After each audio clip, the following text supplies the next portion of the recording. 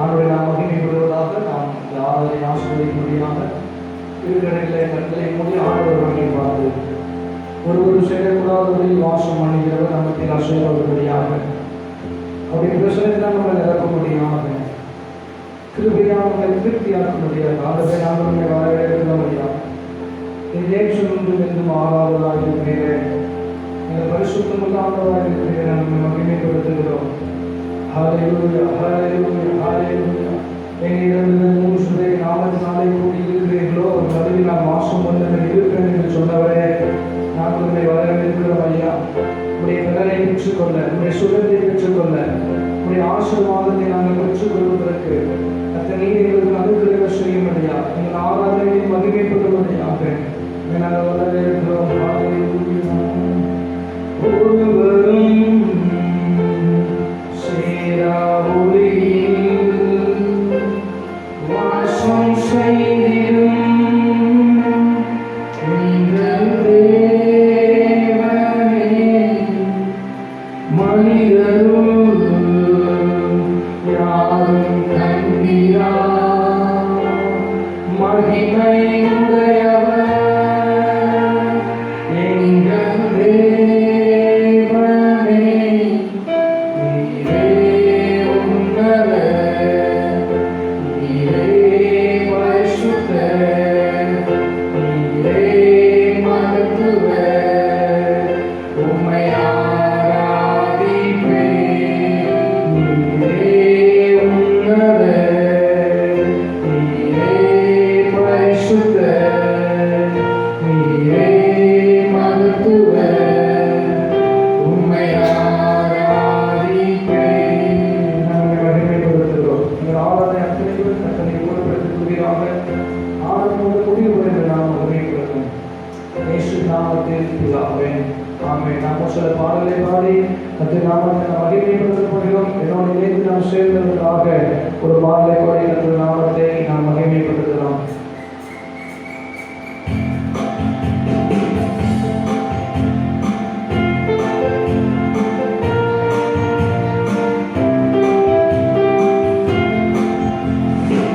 ஆராதிப்பேன் ஆராதிப்பேன் ஆண்டவரை சுவை ஆராதிப்பேன். ஆராதிப்பேன் ஆராதிப்பேன் ஆண்டவரை சுவை ஆராதிப்பேன்.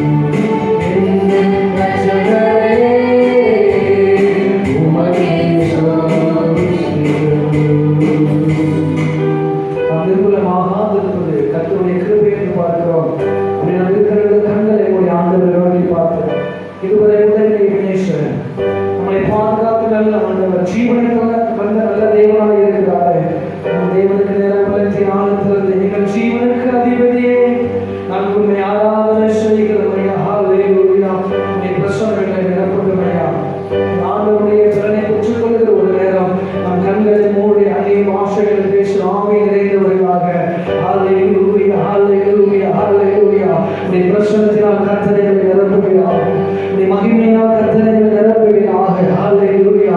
ஓ நீ மகதுனா சந்தனரபா. ஆவியான எங்கள் தெய்வமே, எங்களுக்கு அச்சாரமானவர். ஹல்லேலூயா. நான் நடக்க வேண்டிய வழியை காட்டுகிறவரே, எங்களை ஆளுகை செய்து வழி நடத்துகிறவரே, உமக்கு ஆராதனை செய்கிறோம். எங்கள் கண்மணி போல பாதுகாக்கிறவர், உமக்கே மகிமை சிறரை காக்கிறவர். நீ உணர்வதில்லை, தூங்குவதில்லை என்று நாங்கள் பார்க்கிறவர். அல்லேலூயா. எத்தனை மாட்சிமை நிறைந்தவர், எவ்வளவு மகிமை நிறைந்தவர். மகிமை எங்களை ஆள்கொள்ளட்டும், பலன் எங்களை ஆள்கொள்ளட்டும். அல்லேலூயா. அபிஷேகம் மிருகங்களை முடிக்கும் என்று சொல்லப்பட்டிருக்கிறது.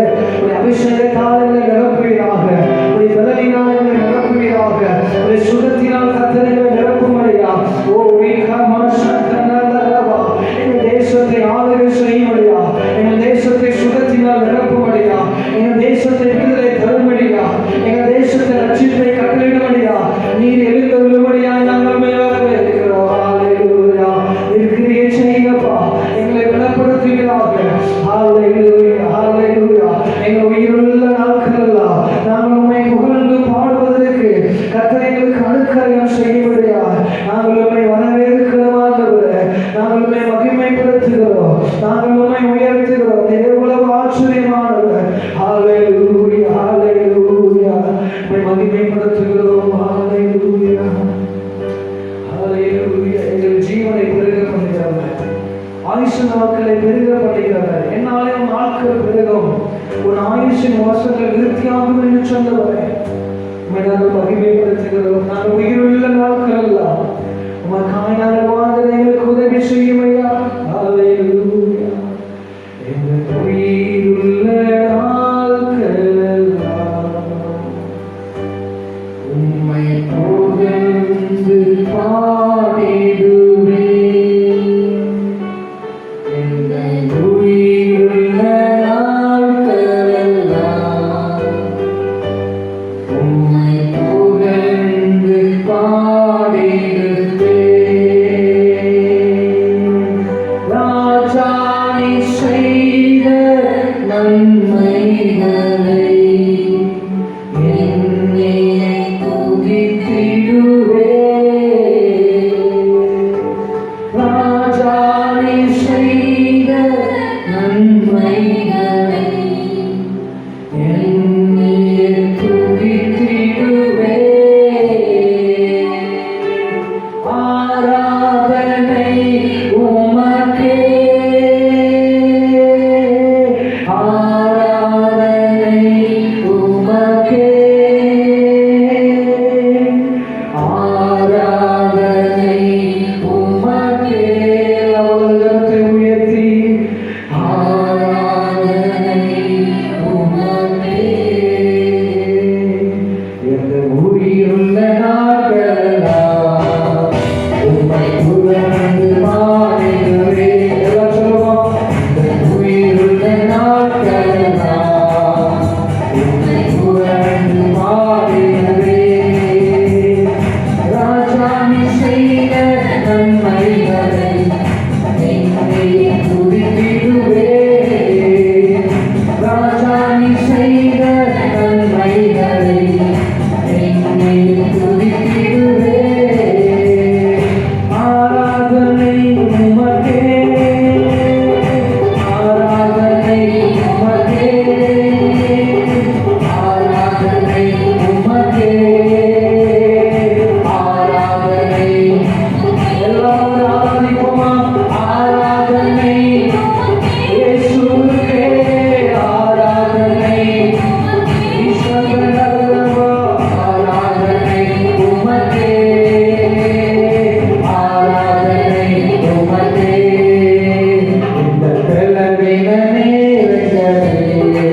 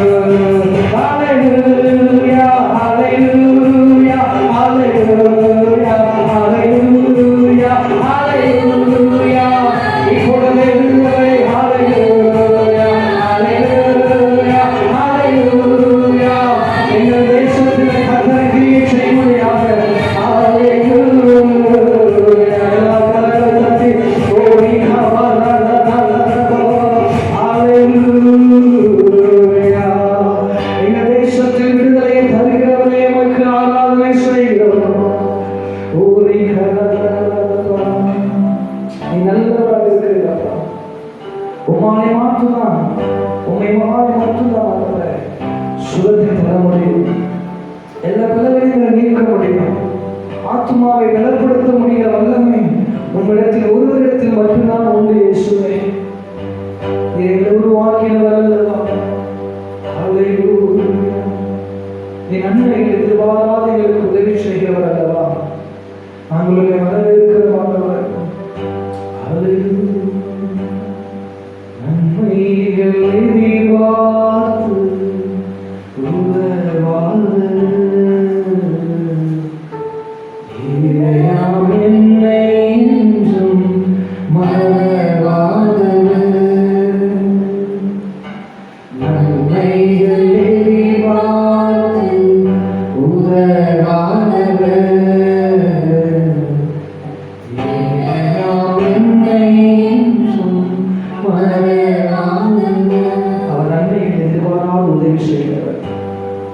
நன்மை செய்கிறவராகவே சுற்றித்திருந்தார் என்று சொல்லப்பட்டிருக்கிறது. கர்த்தர் நல்லவரும் நன்மை செய்கிறவருமாக இருக்கிறார் என்று சொல்லப்பட்டிருக்கிறது. அவர் தீமைகள் நன்மைக்கு எதுவாய் மாறப்படுகிற நல்ல ஆண்டவராக இருக்கிறார். அந்த தேவனுக்கு மேலாக இருதயத்தை உயர்த்த ஆண்டவர் எங்களுக்கு நன்மை செய்யலாம். எங்கள் குடும்பத்துக்கு நன்மை செய்யுங்க, எங்கள் தேசத்துக்கு நன்மை செய்யுங்க.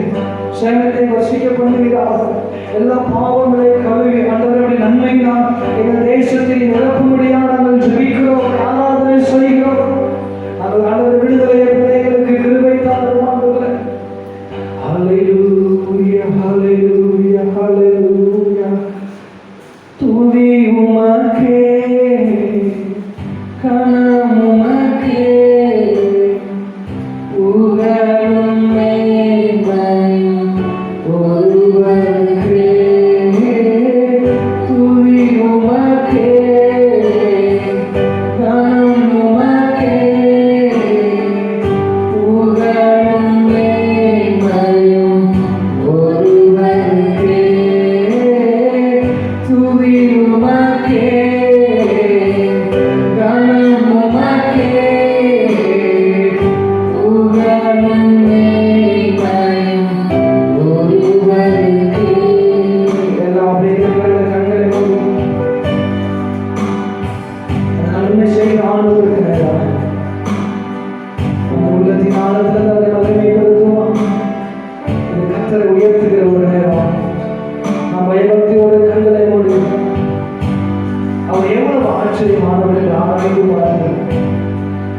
அவர் மிகவும் அன்பு நிறைந்தவர். கடலின் ஆழத்தை காட்டிலும் நம்மீது அன்புள்ளவராக இருக்கிறார். அவருடைய அன்புக்கு ஈடு இணைந்த உலகத்தில் எதுவுமே இல்லை. அவர் எல்லாரையும் நேசிக்கிறார், எல்லாரையும் குணப்படுத்த விரும்புகிறார், எல்லா பாவங்களையும் கழுவ விரும்புகிறார், எல்லா மனிதர்களையும் ரட்சிக்க விரும்புகிறார். அவர் துன்மார்க்கனை சாவதற்கு அல்ல, அழிப்பதற்கு அல்ல, துன்மார்க்கன் மனம் திரும்புவதற்கு, துன்மார்க்கன் திரும்புவதற்கு அவர் நினைவாக இருக்கிற ஆண்டவர் என்று சொல்லி வேத புஸ்தகத்தில் அறிவிக்கப்பட்டிருக்கிறது. ஆராதனை ஆண்டவர் எங்களுக்கு நன்மை செய்திருக்கிறீங்க. எங்கள் தேசத்துக்கு ஒரு நன்மையை செய்யும்படியாக நாங்கள் வரவேற்கிறோம் என்று சொல்லி வரவேற்க போகிறோம். எங்கள் தேசத்தின் பாவத்தின் அதிகாரிகள் அனைவராக இருந்தாலும் எங்கள் தேசத்திற்காக ரத்தம் சென்றிருக்கிறீரே, ரத்தத்தினால் கழுவி உடைய பரிசுத்த ரத்தத்தினால் எங்களை தூய்மையாக்கி மறுபடியும் எங்கள் நீதிமானாய் உடைய பிள்ளைகளாய் நினைத்துக் கொள்ளும்படியால் எங்களை ரட்சிக்கும்படியால் மரணத்தை உயிர் திறந்த வல்லமை என் இந்திய தேசம் முழுவதும், தமிழ்நாடு முழுவதும், ஒவ்வொரு மாநிலங்கள் முழுவதும், உலக நாடுகள் முழுவதும் நன்மை செய்கிற கரம், பரலோகத்தின் கரம் ஆளுகை செய்யும்படியாக நம்மை ஆராதிக்கிறோம் என்று சொன்னதற்காக அவரை பார்த்து சொல்லலாம். நன்மைகள் எதிர்பார்த்து உதவாது என்னை என்றும் மறவாது. நன்மைகள் எதிர்பார்த்து உதவாது என்னை என்றும் மறவாது. துதி உமக்கே, கனம் உமக்கே, புகழும் மேன்மையும்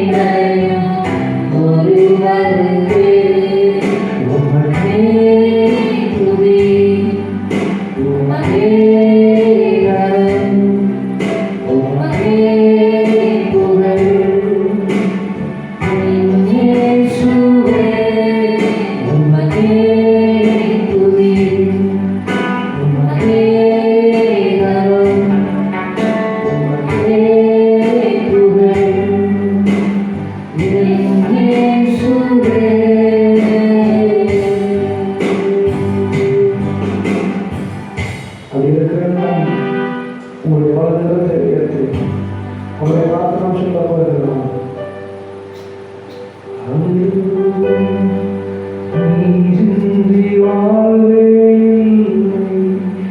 உன்னையா உன்னையின் மாறாண்மை மறவேனையா. உண்மையா சொல்றேன், இந்த உலகத்துல ஆக்சிஜனுக்காக அலைந்த ஒரு நாட்கள், மருந்துகளுக்காக ஒரு இணைந்த ஒரு நாட்கள், எந்த சூழலை இருந்தாலும் அத்தனை மனோடு கூட இருந்தாரே, அத்தனை மனது ஜீவனை தந்திருக்கிறாரு, அத்தனை மனை ஆசீர்வதித்திருக்கிறாரு. எத்தனையோ பேர் இழந்திருக்கிறார்கள், எத்தனையோ அவர்களுக்கு நடக்கக்கூடாத காரியங்கள் நடந்திருக்கிறது. அவர்களுக்கும் ஆண்டவர் உதவி செய்ய இன்னும் அவர் பொறுப்பானவராக இருக்கிறாரு.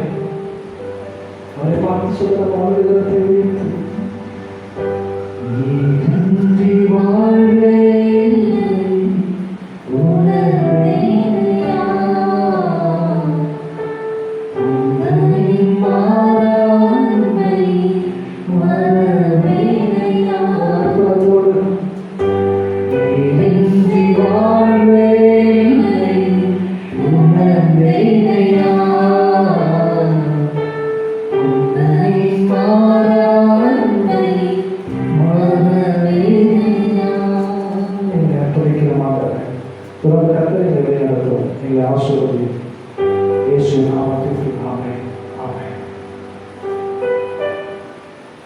நாம் யாவரும் சேர்ந்து சங்கீதம் 22ஆம் அதிகாரத்தில் வசனம் 1 முதல் 15ஆம் வசனம் வரை வாசிப்போம். என் தேவனே, ஏன் என்னை கைவிட்டேன்? எனக்கு உதவி செய்யாமலும் நான் கதறி சொல்லும் வார்த்தைகளை கேளாமலும் ஏன் தூரமாய் இருக்கிறேன்? என் தேவனே, நான் பகலிலே கூப்பிடுகிறேன், உத்தரவு கொடி, இரவிலே கூப்பிடுகிறேன், எனக்கு அமைதியில்லை. இஸ்ரவேலின் துதிகளுக்கு வாசமாய் இருக்கிற தேவரீரே பரிசுத்தர். எங்கள் பிதாக்கள் உம்மிடத்தில் நம்பிக்கை வைத்தார்கள், நம்பின அவர்களை நீர் விடுவித்தீர். உம்மை நோக்கி கூப்பிட்டு தப்பினார்கள், உம்மை நம்பி வெட்கப்பட்டு போகாதிருந்தார்கள். நானோ ஒரு குழு, மனுஷன் அல்ல, மனுஷரால் நிந்திக்கப்பட்டும் ஜனங்களால் அவமதிக்கப்பட்டும் இருக்கிறேன். என்னை பார்க்கிறவர்கள் எல்லாரும் என்னை பரியாசம் பண்ணி உதட்டை பிதுக்கி தலையை துலுக்கி, கர்த்தர் மேல் நம்பிக்கையாய் இருந்தானே, அவர் இவனை விடுவிக்கட்டும், இவன் மேல் பிரியமாய் இருக்கிறாரே, இப்பொழுது இவனை மீட்டுவிடட்டும் என்கிறார்கள். நீரே என்னை கற்பத்திலிருந்து எடுத்தவர், என் தாயின் முளைப்பாலை நான் உண்மையில் என்னை உடைய பேரில் நம்பிக்கையாய் இருக்க பண்ணினேன். கற்பத்திலிருந்து வெளிப்பட்ட போதே உங்கள் சார்பில் விழுந்தேன். நான் என் தாயின் வயிற்றில் இருந்தது முதல் நீர் என் தேவனாய் இருக்கிறேன். என்னை விட்டு தூரமாகாதையும், ஆபத்து விட்டிருக்கிறது, சகாயரும் இல்லை. அநேகம் காளைகள் என்னை சூழ்ந்திருக்கிறது, பாசான் தேசத்து பலத்த எருதுகள் என்னை வளைந்து கொண்டது. பேடி கெட்டிக்கிற சிங்கத்தை போல் என்மேல் தங்கள் வாயை திறக்கிறார்கள். தண்ணீரை போல ஊற்றுண்டேன், என் எலும்புகள் எல்லாம் கட்டுவிட்டது. என் இருதயம் மெழுகு போல் ஆகி என் குடல்களின் அறிவை ஒளியிற்று. என் கடன் ஓட்டை போல் காய்ந்தது, என் நாவு மேல்வாயோடு ஒட்டி கொண்டது, என்னை மரணத்துள்ளிலே போடுகிறேன். சர்வபலமுள்ள தெய்வமே, ஸ்தோத்திரிக்கிறோம், துதிக்கிறோம் ராஜா. அப்பா, இந்த பரிசுத்த நல்ல மனமகிழ்ச்சி ஓய்வு ஆராதனைக்காக ஸ்தோத்திரிக்கிறோம், துதிக்கிறோம். அப்பா, இந்த நேரத்தில் கூட ஒவ்வொரு பகுதியும் தேவன் ஆசீர்வதிப்பதற்காக ஸ்தோத்திரிக்கிறோம். இந்த ஜெப நேரத்தில் கூட தேவ கரங்களோடு இருக்கட்டும், தேவ செய்தியை கர்த்தர் ஆசீர்வதிங்க. அப்பா, அந்த ஜெப வேளையில் கூட தெய்வமே, ஜனங்களுக்காக பரிதவிக்கிற தெய்வம் எங்களோடு இருக்கிறது என்று நாங்கள் அறிந்திருக்கிறோம். அப்பா, வானத்தை பூமியை படைத்து சகல சிருஷ்டிகளை உண்டாக்கிற தெய்வம் எங்களோடு இருக்கிறபடினாலும் ஸ்தோத்திரிக்கிறோம், துதிக்கிறோம் ராஜா. அப்பா, ஜனங்கள் மனம் திரும்ப கர்த்தர் எங்களுக்கு உதவி செய்வடியாக ஸ்தோத்திரிக்கிறோம், துதிக்கிறோங்க ராஜா. இந்த நாட்களில் நடக்கிறதான கொரோனா வைரஸ்ல பாதிக்கப்பட்ட ஒவ்வொரு பிள்ளைகளுக்காக ஸ்தோத்திரிக்கிறோம், துதிக்கிறோங்கப்பா. அப்பா, பாதாளத்தில் வாசல் அடைக்கப்படட்டும், மரணத்தில் கூக்குரல்கள் நிறுத்தப்படட்டும், என் தேவனுடைய நாமம் பூமியில மகிமைப்படும்படியாக ஸ்தோத்திரிக்கிறோம், துதிக்கிறோங்க ராஜா. 4ஆம் புஸ்தகத்தில் சொல்லப்பட்டது போல 7:14 சொல்வது போல, என் ஜனங்கள் என் முகத்தை தேடி ஜெபம் பண்ணி மனம் திரும்பி தங்கள் பொல்லாத வழிகளை விட்டு மனம் திரும்பினால் தேசத்துக்கு சேமத்தை கொடுப்பேன் என்று சொன்ன தெய்வம். அப்பா, ஒவ்வொரு ஜனங்களும் மனம் திரும்ப தேவனுக்கு பிரியமாய் வாழ தேவன் உதவி செய்வடியாக சோதரிக்கிறோம், துதிக்கிறங்க ராஜா. அப்படியா இப்படியாக சொல்லப்பட்டு இருக்கிறது. யோனா தீர்க்கதரிசியை பார்த்து, அப்பா, அழிந்து போகிற ஜனங்களுக்கு அழிந்து போகிற ஆமணனுக்காய் இந்த எரிசல் படுகிறாயே, நான் இந்த கிராமத்தில் இந்த பட்டணத்துக்காய் இந்த நினைவு பட்டணத்தில் உள்ளதான ஒவ்வொரு ஜனங்களுக்காய் நான் பரிதவிக்காமல் இருப்பேனே என்று சொன்ன தெய்வமே, சோதரிக்கிறோம், துதிக்கிறங்க ராஜா. அப்பா, 120,000 பேருக்கு மேலாக இருக்கிற ஜனங்களுக்காக, ஆடுகளுக்காய் மாடுகளுக்காய் பரிதவித்த தெய்வம் இன்றைக்கு ஜீவிக்கிறது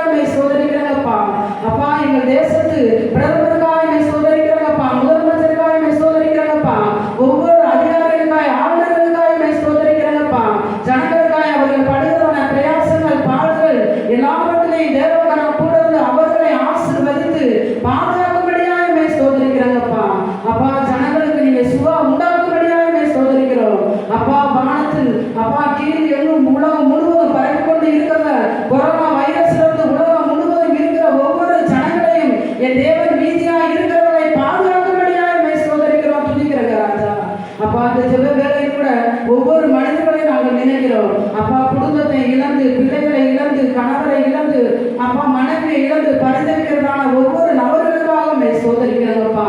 அவர்களுக்கு ஆறுதலின் தெய்வமும் சமாதானத்தின் தெய்வமாயிருந்து அவர்களுக்கு உதவி செய்கிற கரங்களை எழுப்பி அப்பா அவர்கள் எல்லா குடும்பங்களையும் ஆசீர்வதித்து பாதுகாக்கும்படியாக ஸ்தோதரிக்கிறோம், துதிக்கிறாங்க ராஜா. அப்பா அந்த ஜெப வேலையை கூட கர்த்தாவே நாங்கள் எங்கள் சபையின் மக்களை நினைக்கிறோம், எங்கள் ஊர் மக்களை நினைக்கிறோம், எங்களை சுற்றி இருக்கிறதான ஒவ்வொரு கிராமத்தின் மக்களையும் நாங்கள் நினைக்கிறோம். அப்பா ஒவ்வொருவருக்கும் நல்ல சுகத்தையும் பலத்தையும் ஆரோக்கியத்தையும் உண்டாக்கும்படியாக ஸ்தோதரிக்கிறோம். பாதிக்கப்பட்டு இருக்கிறதான சுகத்தின் ஆவிகள் இயேசுவின் நாமத்தில் அகற்றப்படும்படியாக ஸ்தோதரிக்கிறோம். சர்வ வல்லமையுடைய கரம் பூமியின் எங்கும் மீதும் உலாவும்படியாய், தேவ மகிமை பூமியில இறங்கும்படியாய், தேவனுடைய வல்லமை ஜனங்களை ஆளுகை செய்யும்படியாய், தேவன் பரிபூர்ண சுகத்தையும் பலத்தையும் ஆரோக்கியத்தையும் உண்டாக்கும்படியாக சோதரிக்கிறோம், துதிக்கிறேங்க ராஜா. அப்பா இந்த ஜெபத்தை கேட்டு என் தேவன் ஆமென்றும் ஆமென் என்றும் இந்த ஸ்தலத்தில் செய்யப்படுகிற ஒவ்வொரு விண்ணப்பங்களுக்கும் உம்முடைய கண்கள் காண்கிறபடினால், உம்முடைய செவிகள் கவனிக்கிறபடினால் உம்மை சோதரிக்கிறேங்கப்பா. ஜெபங்களுக்கு ஆமென்றும் ஆமென் என்று நீங்க பகிர்ந்தபடி இயேசுவின் நாமத்தில் ஜெபிக்கிறோம் நல்ல பிதாவே, ஆமென். ஆண்டவர் லட்சியமாகிய இயேசுவின் நாமத்தில் இந்த காலவேளையில் இளைஞர்கள் மூலியமாக உங்களை சந்திப்பதில் மிகவும் மகிழ்ச்சியடைகிறேன். இந்த காலவேளையில் ஆராதனை பகுதியின் மூலியமாக தேவ வார்த்தையை நாம் தியானிக்கும்படியாக நாம் எடுத்துக்கொள்வோம். எரோமியா தீர்க்கதரிசன புஸ்தகம் 33ஆம் அதிகாரம் 3வது வசனத்தை வாசிக்கிறோம்.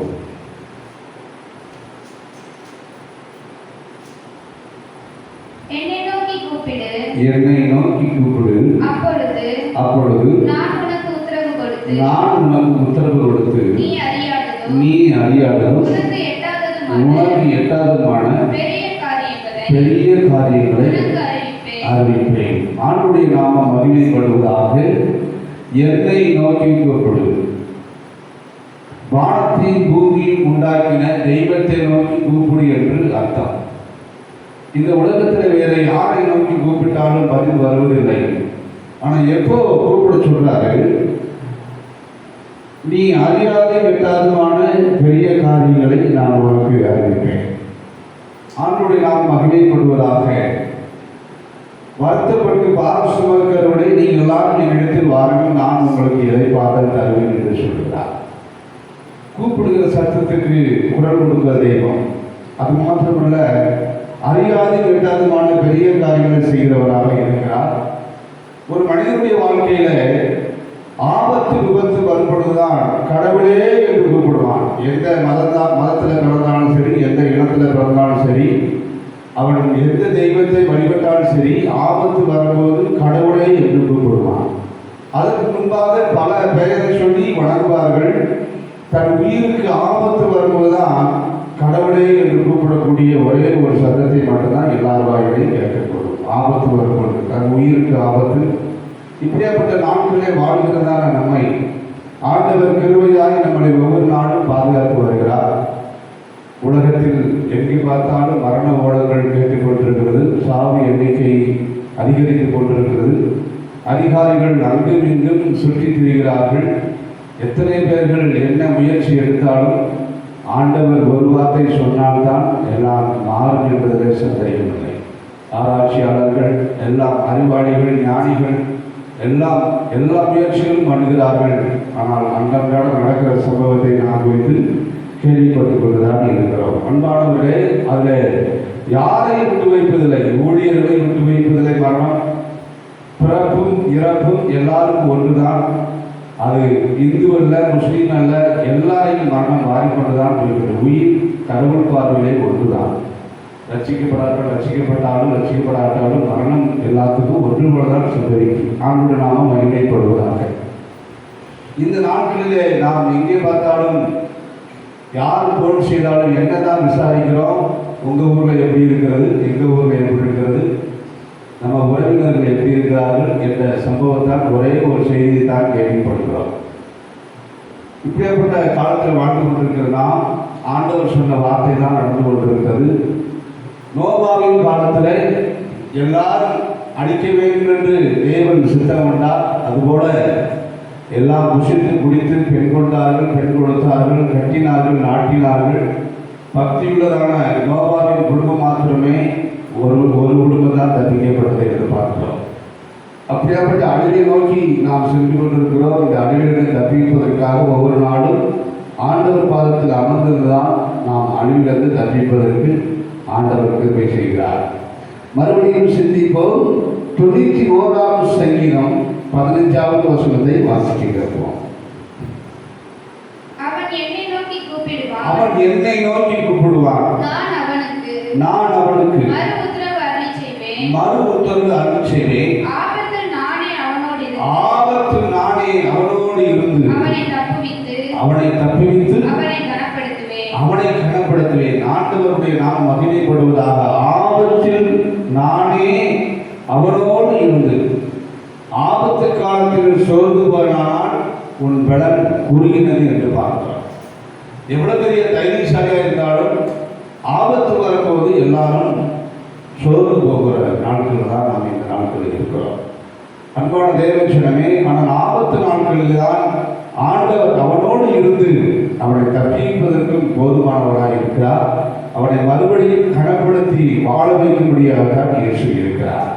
அவர் உங்களை விசாரிக்கிறவர்களினால் உங்கள் கவலையெல்லாம் அவரே வைத்து விடுங்கள். நீங்கள் ஒன்றை குறித்து கவலைப்படாமல் எல்லாவற்றையும் குறித்து சோதத்தோடு கூடிய ஜெபத்தினாலும் எழுதினாலும் தேவனுக்கு தெரியப்படுத்துங்கள் என்று சொல்லியிருக்கிறார். ஆண்டு நாம் மகிமைப்படுவதாக. ஆபத்து விபத்து வரும்போது தேவனுடைய கரந்தான் நம்மளோடு இருக்கும். ஆபத்திலும் அவரை நாம் நோக்கி கூப்பிடும் வேளையிலும் என்னை தப்புவித்தே முற்று ரட்சிப்பாரே என் ஆத்துமனேசரே. என்னை தப்புவித்தே முற்று ரட்சிப்பாரே என் ஆத்துமனேசரே. அவர் சேட்டையில் அடைக்கல புகழே தம் சிறகுகளால் மூடுவார். அவர் சேட்டையில் அடைக்கல புகழே தம் சிறகுகளால் மூடுவார். உன்னதமானவரின் உயர் மறைவிலை இருக்கிறவன் சர்வ வல்லவரின் நிழலில் தங்குவான். இது பரமசிலாக்கியனே. சர்வ வல்லவரின் நிழலில் தங்குவான். இது பரமசிலாக்கியனே. ஆபத்து காலத்தில் அவர் நோக்கி கூப்பிடுகிற பொழுது அவரை நம்மளை தப்புவிப்பார். நம்மளை கனப்படுத்தி நம்மளை சரியான வழியில் நடத்துவதற்கு ஆண்டவர் ஒருவர் தான் நமக்கு இன்றைக்கு போதுமானவராக இருக்கிறார். ஆண்டவர் மகிமைப்படுவது ஆண்டவர் ஒரே ஒரு காரியத்தை தேசத்தில் செய்கிறார் என்பதை பார்க்கிறோம். இந்த நாட்களில் எல்லாருடைய வரங்களும் வல்லமைகளும் கிரியை செய்யாதபடிக்கு மெயின் சுவிட்சை ஆஃப் பண்ணிவிட்டார். ஏன்னா எல்லாரும் வரப்பட்டவர்கள் என்று சொல்லித்தான் பெயர் பெற்றவர்களாக இருந்தார்கள். ஆனால் இன்றைக்கு பார்க்கிறோம் எல்லாருக்குமே வரம் கொடுத்திருக்கிறார் என்பதை பார்க்கிறோம். விசுவாசம் உள்ளவர்களாகி ஞானசார நடத்தவன் ரட்சிக்கப்படுவான். விசுவாசிகள் நடக்கக்கூடிய அடையாளங்கள் யாவன பட்டியலிட்டிருக்கிறார். அப்போ விசுவாசிகளுக்கு எல்லாமே அந்த அடையாளத்தை கொடுத்திருக்கிறார். இப்போ இன்றைக்கு பார்க்கிறோம் அவர்களுக்கு இருக்கிற விசுவாசம் தான் அவர்களை ரட்சிக்கிறது. அதனால்தான் வேதனையில் சுகமாயிரு உன் விசுவாசம் உன்னை ரட்சித்தது என்றுதான் வேதத்தில் இருக்கிறது. இன்றைக்கு எங்கும் ஜனங்கள் ஓடி போய் வரங்களுக்காக வல்லமைகளுக்காக காத்திருக்க வேண்டிய நேரம் அல்ல. நமக்குள்ளேயே விசுவாசம் கொடுத்திருந்தார்கள் அந்த விசுவாசம் நம்மளை குணமாக்கும் அதிசயமாய் நடத்த இன்றைக்கும் ஆண்டவர் போதுமானவராக இருக்கிறார். இது 21ஆம் நூற்றாண்டிலே ஒரு முற்றுப்புள்ளியை வைத்து ஆண்டவர் எல்லாருக்கும் கர்த்தர் நல்லவர் என்று ருசித்துப்பார்கள். அவருமே நம்பிக்கையாக இருக்கிற மனுஷன் பாக்கியவான் என்று நம்பிக்கைக்குரிய ஆண்டவராக இன்றைக்கும் மாறாதவராக இருக்கிறார். யோபு எழுதின சரித்திர புஸ்தகம் 12ஆம் அதிகாரம் 4வது வசனத்தை வாசிப்போம். யோபு சரித்திரம். என் சிநேகிதரால் நான் நிந்திக்கப்பட்டு தேவனை நோக்கி பிரார்த்திப்பேன். அவரும் எனக்கு மறு உத்தரவு அருளுவார். போதும். நாம் யாரால் நிந்திக்கப்படுகிறோம்? நம்முடைய உறவினர்கள் நண்பர்களால் நிந்திக்கப்படுகிற பொழுது அப்போது நாம் மகிமைப்படுவதாக. அதிகமாக பாதிக்கப்படுவது உறவினர்களாலும் நண்பர்களாலும். மிகவும் தெரிந்தவர்களால் தான் நாம் நிந்திக்கப்படுவோம், பிரயாசப்படுவோம்.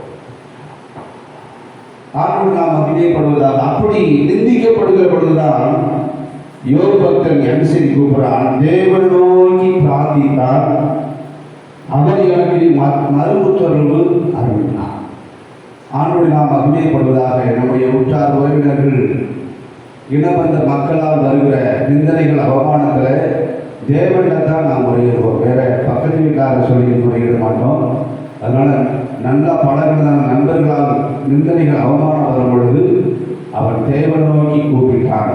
தேவன் அவனுக்கு மறு உத்தரவு அருளினார். அன்பான தேவனுடைய சனமே, சங்கீதம் 50:15 வாசிப்போம்.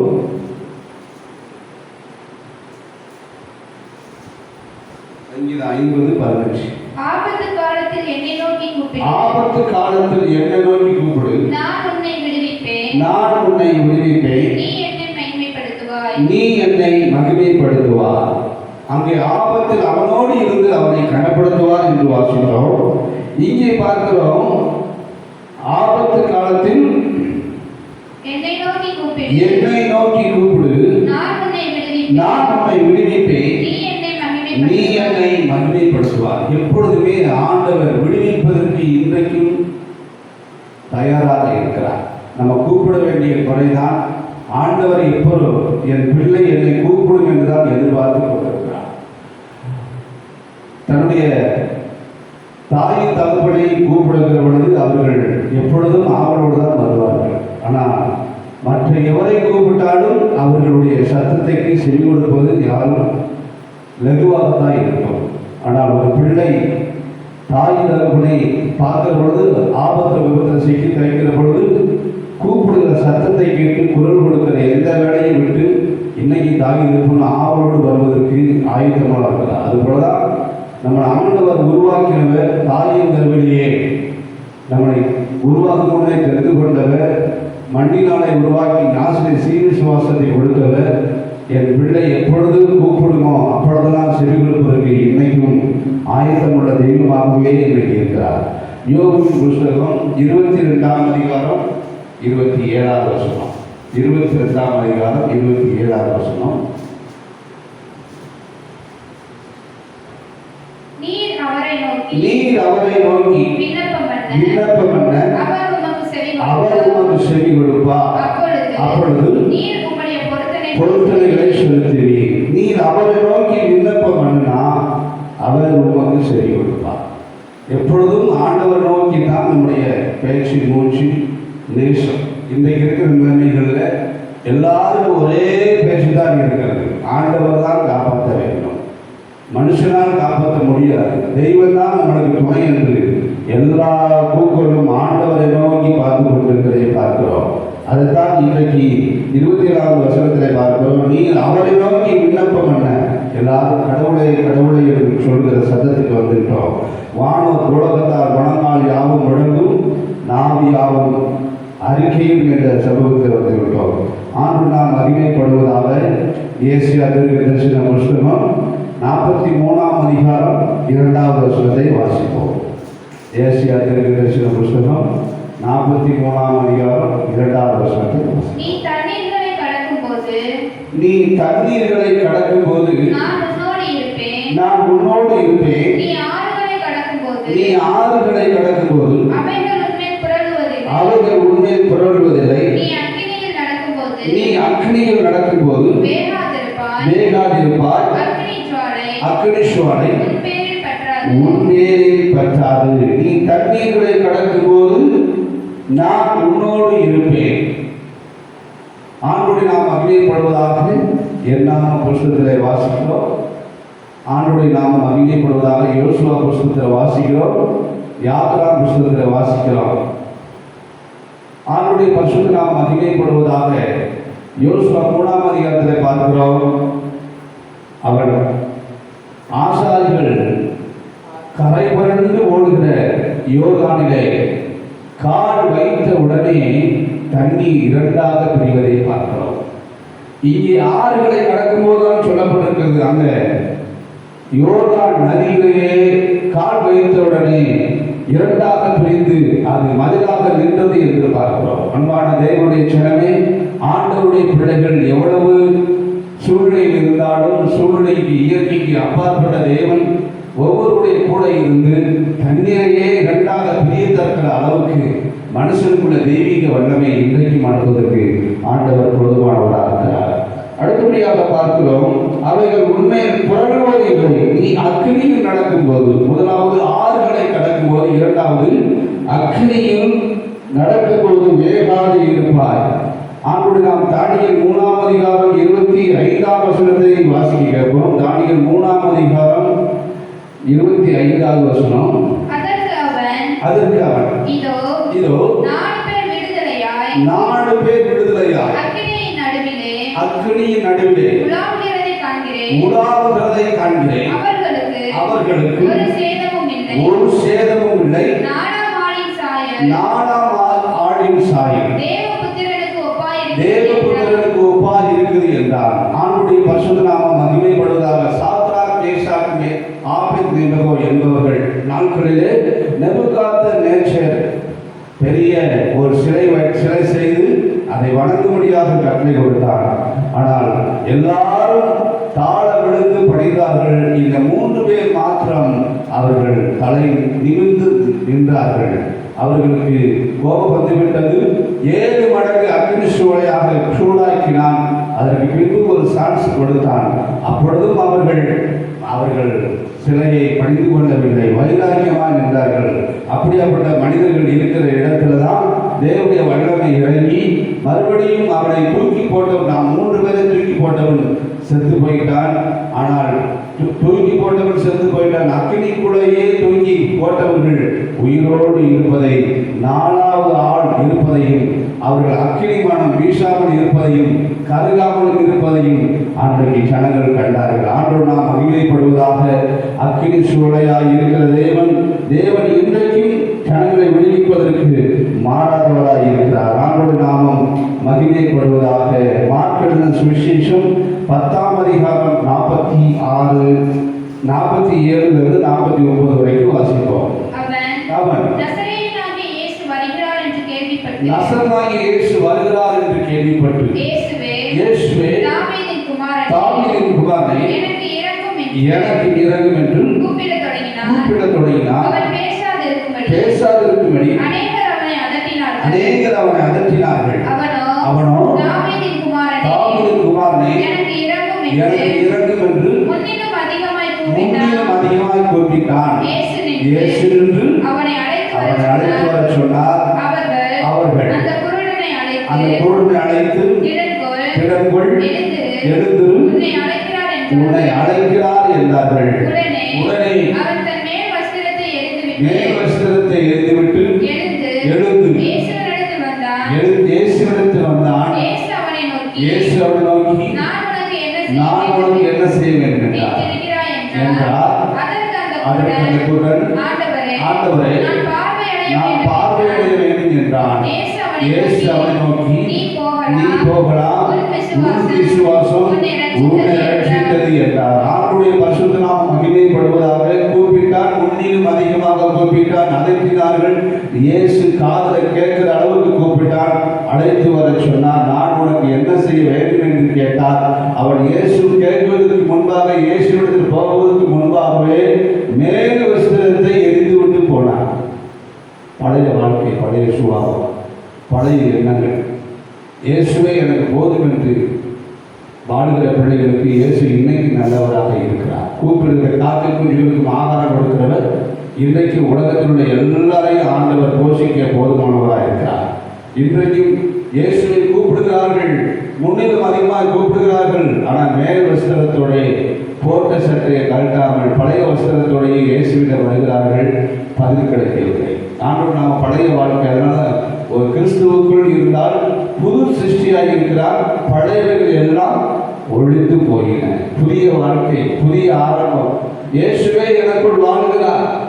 கிறிஸ்து எனக்கு ஜீவன், சாமி எனக்கு ஆதாயம். ஆதாய தொழிலுக்காக இயேசுவை தேடுவதில்லை.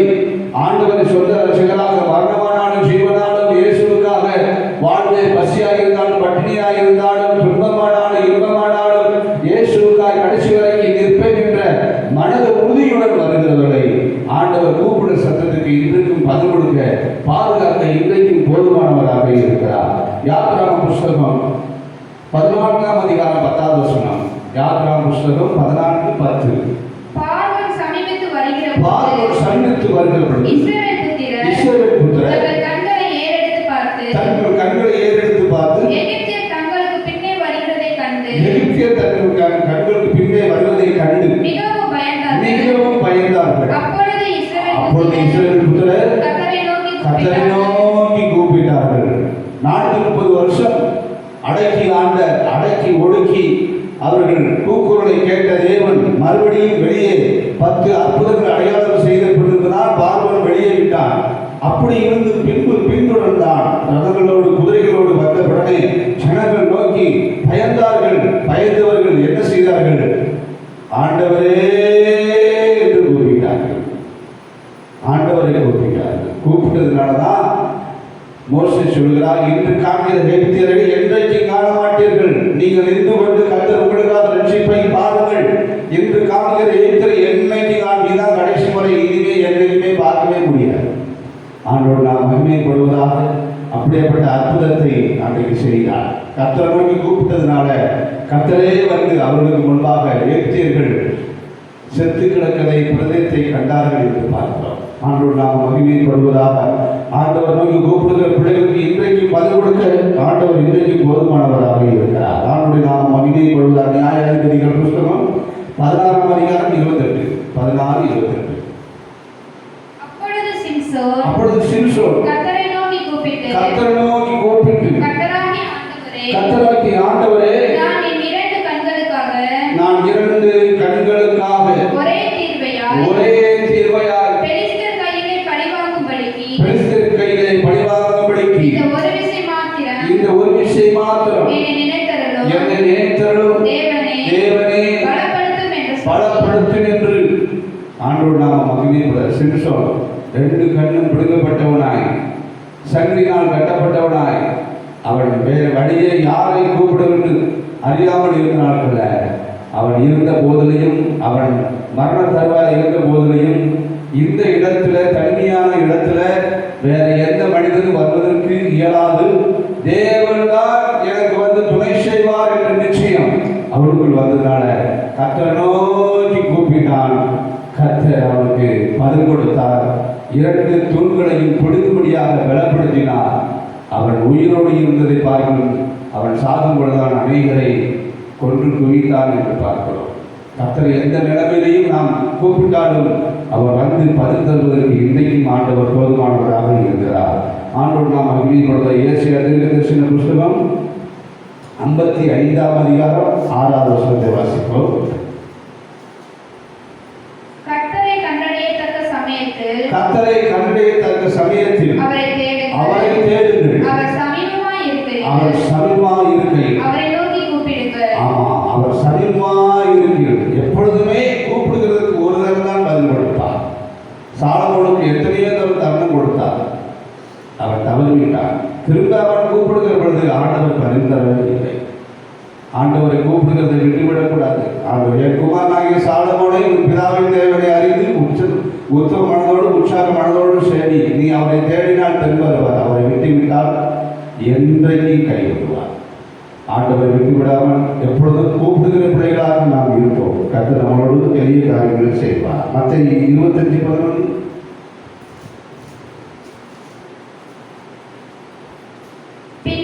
பின்பு மற்ற கன்னிகைகள் வந்து ஆண்டவரே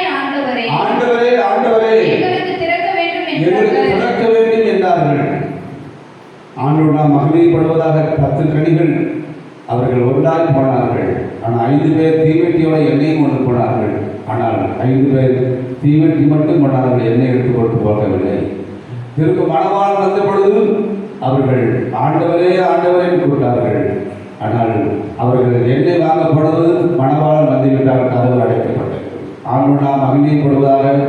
எந்த நிலைமையிலும் நமக்கு ஆண்டவர் ஒரு விஷயம் நமக்கு மனம் விரும்புவார். ரட்சிப்பு ஒரு முறை தான். அந்த ஆண்டவர் தக்க சமயத்தில் தேடினால்தான் ஆண்டவரை கண்டுகொள்ள முடியும். தேவனை விட்டுவிடாதபடிக்கு ஈடுபடுத்திக் கொள்ள வேண்டும். ஆண்டோடு நாம் மகிமைப்படுவதாக. ஆண்டவரை தேடுங்கள், கண்டடைவீர்கள். அப்பொழுது மணவாளன் வருகிற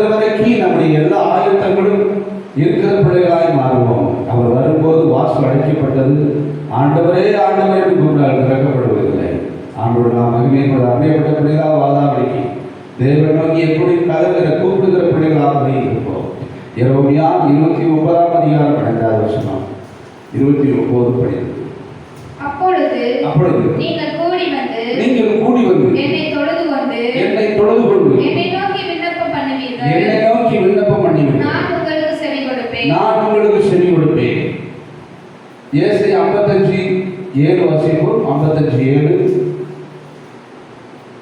துன்மார்க்கன் தன் வழியையும் அக்கிரமக்காரன் தன் நினைவுகளையும் விட்டு கர்த்தரிடத்தில் திரும்ப கடவன். அவர் மேல் மனதுருகுவார். நம்முடைய தேவனிடத்திற்கே திரும்ப கடவன். அவர் மன்னிக்கிறதற்கு இன்னைக்கு தயவு உள்ளதாக இருக்கிறார். எந்த சூழ்நிலையிலும் நம்மளை மன்னிப்பதற்கு இன்றைக்கு போதுமானவராக இருக்கிறார். ஆண்டோடு மகிமை. சகரியா 13:9 வாசிகள். 13ஆம் அதிகாரம் 1வது வசனம். அந்த மூன்றாம் பங்கை நான் அக்கினிக்குட்பட்ட பண்ணி வெள்ளியை உருக்கிறது போல அவர்களை உருக்கி பொன்னை புடமிடுகிறது போல அவர்களை புடமிடுவேன். அவர்கள் என் நாமத்தை தொழுது கொள்வார்கள். நான் அவர்கள் விண்ணப்பத்தை கேட்டு இது என் ஜனம் என்று சொல்லுவேன். கண்கள் மூடி நாங்கள் ஆண்டவருடைய பாதத்திலே ஒப்புக்கொள்வோம். வெள்ளியை பொன்னிலும் கோடனை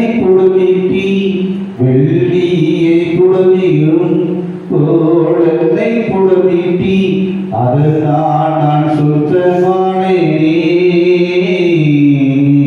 பொன்னாக விளங்கச் செய்தீரே.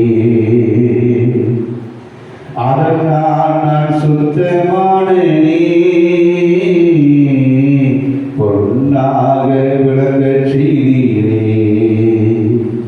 உம்மை பாடாத நாட்களும் இல்லை, உம்மை தேடாத நாட்களும் இல்லை, உம்மை பாடாத நாட்களும் இல்லை, உம்மை தேடாத நாட்களும் இல்லை. உம்மை அல்லாமல் யாரை நான் நேசிப்பேன்? உமக்காக அல்லாமல் யாருக்காக வாடுவேன்? உம்மை அல்லாமல் யாரை நான் நேசிப்பேன்? உமக்காக அல்லாமல் யாருக்காக வாடுவேன்? நம்புங்கப்பா உங்க பிள்ளை, நம்புங்கப்பா உங்க பிள்ளை, நம்புங்கப்பா உங்க பிள்ளை, நம்புங்கப்பா உங்க பிள்ளை. ஆபத்தில் நானே அவனோடு இருந்து அவனை தப்புவித்து அவனை கனப்படுத்துவேன். என்னை நோக்கி கூப்பிடு, உனக்கு அறியாத நெட்டாதமான பெரிய காரியங்களை செய்கிற தேவன். இன்றைக்கும் அவர் மன்னிப்பதற்கு தயவுள்ளவராக இருக்கிறார். கர்த்தரை தேடுகிற சமயத்தில் தேடுங்கள், அவரை விட்டுவிடாதீர்கள். அவரை விட்டுவிட்டால் அவர் என்றைக்கும் கைவிடுவார். சாலமோனுக்கு எத்தனையோ தரிசனம். ஆண்டவருடைய ஜனங்களே, ஆண்டவர் ஒரு விஷயம் தரிசனமாவார். ஆண்டவர் எத்தனையோ தடவைகளை அரவணைக்கிறார், பாதுகாக்கிறார், மன்னிக்கிறார். மறுபடியும் நாம் விட்டுவிடாதபடிக்கு தேவனை இருக்க பிடித்துக் கொள்வோம். அவரையே சார்ந்து வாழ்வோம். அவர் நோக்கி பார்ப்போம். அவர்கள் அவரை நோக்கி பார்த்து பிரகாசம் அடைந்தார்கள். அவர்கள் முகம் வைக்கப்படவில்லை என்று சொன்னார். சாத்ராக், மேஷாக், ஆபேத்நேகோ அவரையே நம்பி அவருக்கென்று வாழ்ந்தார்கள். வாழ்ந்தாலும் மடிந்தாலும் இயேசுவுக்காய் ஒரு வாழ்க்கை வைராக்கியமாகிவிட்டார்கள். ராஜா முகங்கள் வைக்கப்பட்டு போனார். ஜனங்களோட முகம் பிரகாசிக்கும். பரிசுத்தமுள்ள நல்ல பிதாவே, குமாரனாகிய இயேசுவின் நாமத்தில் இந்த கால வேளையிலே நம்முடைய சமூகத்தில் நமக்கு பாடத்தை ஆராதிக்க வேதத்தை தியானிக்க அடிமைகள் கொடுத்த நல்ல கிருபைகளுக்காக நன்றிப்பா. ஸ்தோத்திரம். அறியாத கேட்டதமான பெரிய காரியங்களை செய்வேன் என்று சொன்ன ஒவ்வொருடைய ஜனங்களுடைய வாழ்க்கையிலையும் பெரிய காரியங்களை செய்கிறேன். பெரிய தெய்வம் பெரிய காரியம் செய்வதற்கு இன்றைக்கு மாறாதவராக இருப்பதற்காக துதி கன மகிமை எல்லாம் உங்களுக்கு சொல்கிறோம். இயேசுவின் நாமத்தில் ஜெபிக்கிறோம் ஜீவனோடு நல்ல பிதாவே. என் ஆத்துமாவே கர்த்தரை ஸ்தோத்திரி, என் முழு உள்ளமே பரிசுத்த நாமத்தை ஸ்தோத்திரி. என் ஆத்துமாவே கர்த்தரை ஸ்தோத்திரி, அவர் செய்த சகல உபகாரங்களையும் மறவார். நம்முடைய கர்த்தராகிய இருக்கிற இயேசு கிறிஸ்துவினுடைய கிருபையும் பிதாவாகிய தேவனுடைய அன்பும் தேற்றவானாகிய பரிசுத்த ஆவியாருடைய அன்பின் ஐக்கியமும் சமாதானமும் சந்தோஷம் கர்த்தருடைய வருகை பரியந்தமும் நாம் அனைவரோடும் என்றென்று மாறாமல் இருப்பதாக. அல்லேலூயா. God bless you.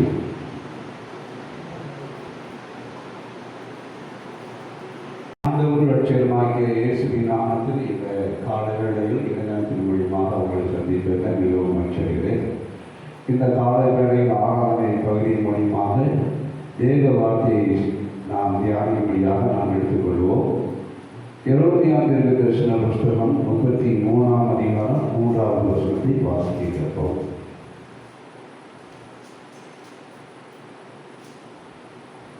என்னை நோக்கி கூப்பிடு, என்னை நோக்கி கூப்பிடு, அப்பொழுது நான் உனக்கு உத்தரவு கொடுத்து நீ அறியாததும் உனக்கு எட்டாததுமான பெரிய காரியங்களை அறிவிப்பேன். ஆண்டுடைய நாமம் மகிமைப்படுவதாக.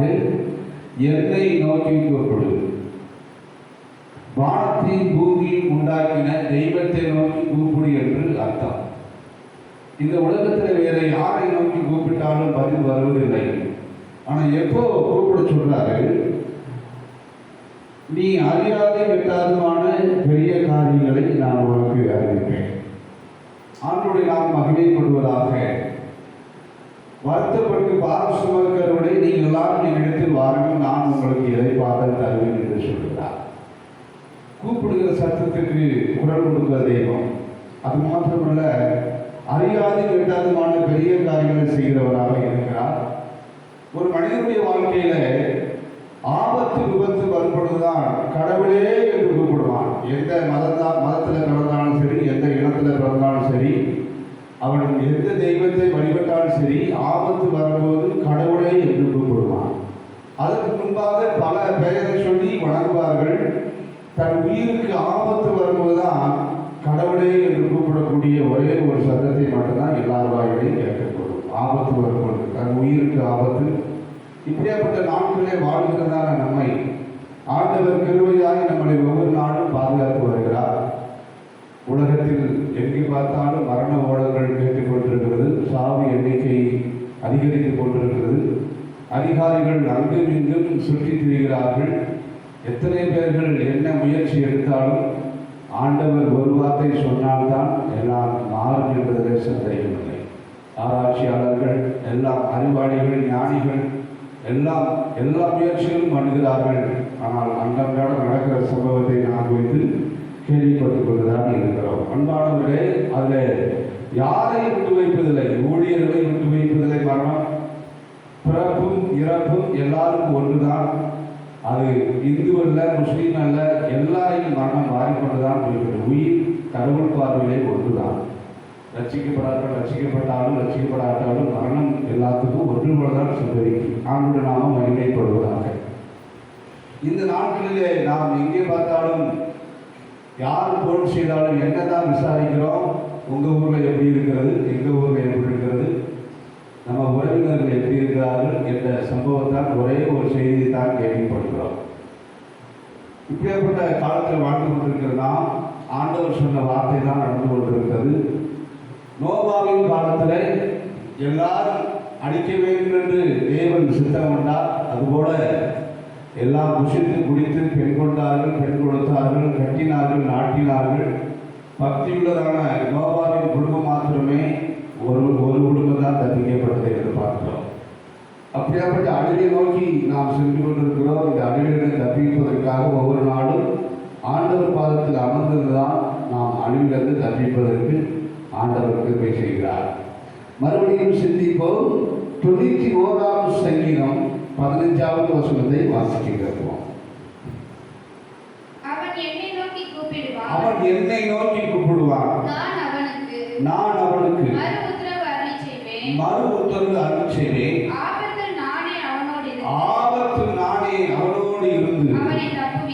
அவனை தப்புவித்து அவனை கனப்படுத்துவேன். அவனை கனப்படுத்துவேன். ஆண்டவருடைய நாம் மகிமைப்படுவதாக. ஆபத்தில் நானே அவனோடு இருந்து ஆபத்து காலத்தில் சோர்ந்து போனால் உன் பலன் குறுகினது என்று பார்க்கிறோம். எவ்வளவு பெரிய தைரியசாலியா இருந்தாலும் ஆபத்து வரும்போது எல்லாரும் சோர்ந்து போகிற நாட்கள் தான் நாம் இந்த நாட்களில் இருக்கிறோம். அன்பான தேவச்சனமே, ஆனால் ஆபத்து நாட்களில் தான் ஆண்டவர் அவனோடு இருந்து அவனை தப்பிப்பதற்கும் போதுமானவராக இருக்கிறார். அவனை மறுபடியும் கனப்படுத்தி வாழ வைக்கும்படியாக தான் இயேசு இருக்கிறார். அவர் உங்களை விசாரிக்கிறவர்களினால் உங்கள் கவலையெல்லாம் அவர் மேல் வைத்து விடுங்கள். நீங்கள் ஒன்றை குறித்து கவலைப்படாமல் எல்லாவற்றையும் குறித்து சோதத்தோடு கூடிய ஜெபத்தினாலும் எழுதினாலும் தேவனுக்கு தெரியப்படுத்துங்கள் என்று சொல்லியிருக்கிறார். ஆண்டு நாம் மகிமைப்படுவதாக. ஆபத்து விபத்து வரும்போது தேவனுடைய கரந்தான் நம்மளோடு இருக்கும். ஆபத்திலும் அவரை நான் நோக்கி கூப்பிடும் வேளையிலும் என்னை தப்புவித்தே முற்று ரட்சிப்பாரே என் ஆத்துமனேசரவர். என்னை தப்புவித்தே முற்று ரட்சிப்பாரே என் ஆத்துமனேசரவர். அவர் சேட்டையில் இல்லடைகளப்புகவே தம் சிறகுகளால் மூடுவார். அவர் சேட்டையில் இல்லடைகளப்புகவே தம் சிறகுகளால் மூடுவார். உன்னதமானவரின் உயர் மறைவிலை இருக்கிறவன் சர்வ வல்லவரின் நிழலில் தங்குவான். இது பரமசிலாக்கியமே. சர்வ வல்லவரின் நிழலில் தங்குவான். இது பரமசிலாக்கியமே. ஆபத்து காலத்தில் அவர் நோக்கி கூப்பிடுகிற பொழுது அவரை நம்மளை தப்புவிப்பார். நம்மளை கனப்படுத்தி நம்மளை சரியான வழியில் நடத்துவதற்கு ஆண்டவர் ஒருவர் தான் நமக்கு இன்றைக்கு போதுமானவராக இருக்கிறார். ஆண்டவராக மகிமைப்படுவது ஆண்டவர் ஒரே ஒரு காரியத்தை தேசத்தில் செய்கிறார் என்பதை பார்க்கிறோம். இந்த நாட்களில் எல்லாருடைய வரங்களும் வல்லமைகளும் கிரியை செய்யாதபடிக்கு மெயின் சுவிட்சை ஆஃப் பண்ணிவிட்டார். ஏன்னா எல்லாரும் வரப்பட்டவர்கள் என்று சொல்லித்தான் பெயர் பெற்றவர்களாக இருந்தார்கள். ஆனால் இன்றைக்கு பார்க்கிறோம் எல்லாருக்குமே வரம் கொடுத்திருக்கிறார் என்பதை பார்க்கிறோம். விசுவாசம் உள்ளவர்களாகி ஞானஸ்தானம் எடுத்தவன் ரட்சிக்கப்படுவான். விசுவாசிகள் நடக்கக்கூடிய அடையாளங்கள் யாவன பட்டியலிட்டிருக்கிறார். அப்போ விசுவாசிகளுக்கு எல்லாமே அந்த அடையாளத்தை கொடுத்திருக்கிறார். இப்போ இன்றைக்கு பார்க்கிறோம் அவர்களுக்கு இருக்கிற விசுவாசம் தான் அவர்களை ரட்சிக்கிறது. அதனால்தான் வேதனையில் சுகமாயிரு உன் விசுவாசம் உன்னை ரட்சித்தது என்றுதான் வேதத்தில் இருக்கிறது. இன்றைக்கு எங்கும் ஜனங்கள் ஓடி போய் வரங்களுக்காக வல்லமைகளுக்காக காத்திருக்க வேண்டிய நேரம் அல்ல. நமக்குள்ளேயே விசுவாசம் கொடுத்திருந்தார்கள் அந்த விசுவாசம் நம்மளை குணமாக்கும், அதிசயமாய் நடத்த இன்றைக்கும் ஆண்டவர் போதுமானவராக இருக்கிறார். இது 21ஆம் நூற்றாண்டிலே ஒரு முற்றுப்புள்ளியை வைத்து ஆண்டவர் எல்லாருக்கும் கர்த்தர் நல்லவர் என்று ருசித்துப்பார்கள், அவருமே நம்பிக்கையாக இருக்கிற மனுஷன் பாக்கியவான் என்று நம்பிக்கைக்குரிய ஆண்டவராக இன்றைக்கும் மாறாதவராக இருக்கிறார். யோபு எழுதின சரித்திர புஸ்தகம் 12ஆம் அதிகாரம் 4வது வசனத்தை வாசிப்போம். யோபு சரித்திரம்